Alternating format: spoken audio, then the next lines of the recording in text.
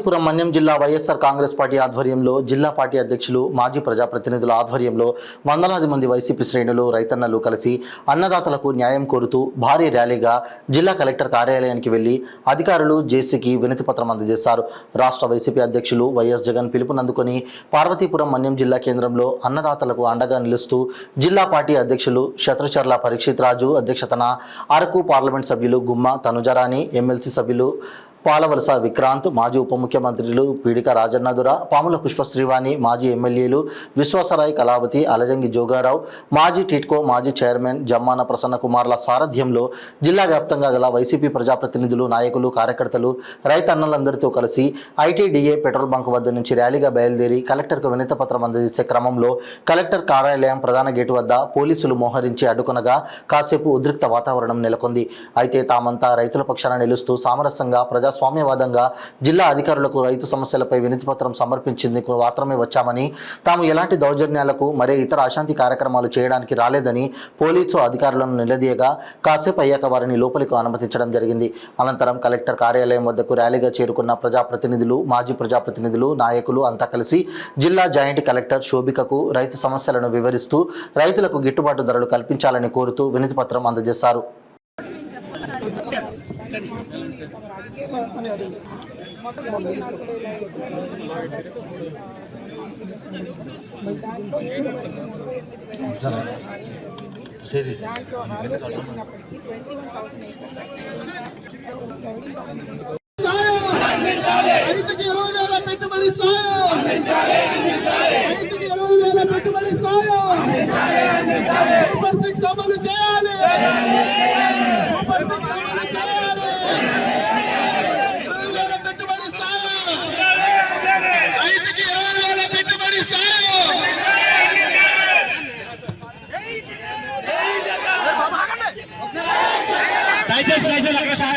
Sir gunmen గారు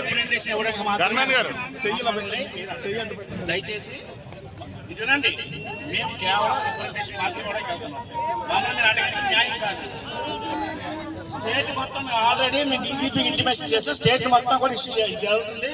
మీరు మమ్మల్ని అడ్డానికి రైట్లేదు. మీకు మేము వెళ్తాం మేము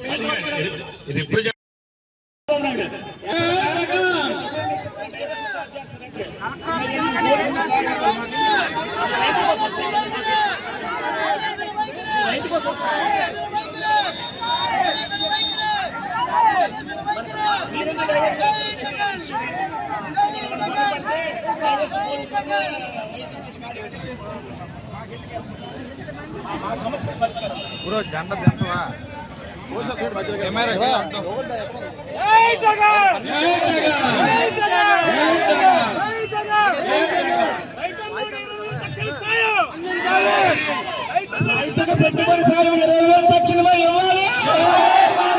రైతులు 20,000 రూపాయలు పెట్టుబడి సాయం ఇవ్వాలి. ఇచ్చిన హామీని చంద్రబాబు నాయుడు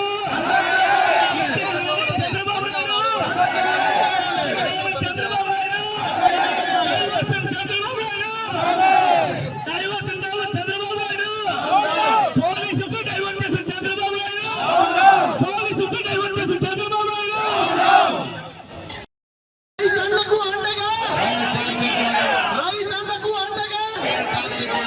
సూపర్ 6 అమలు చేయాలి.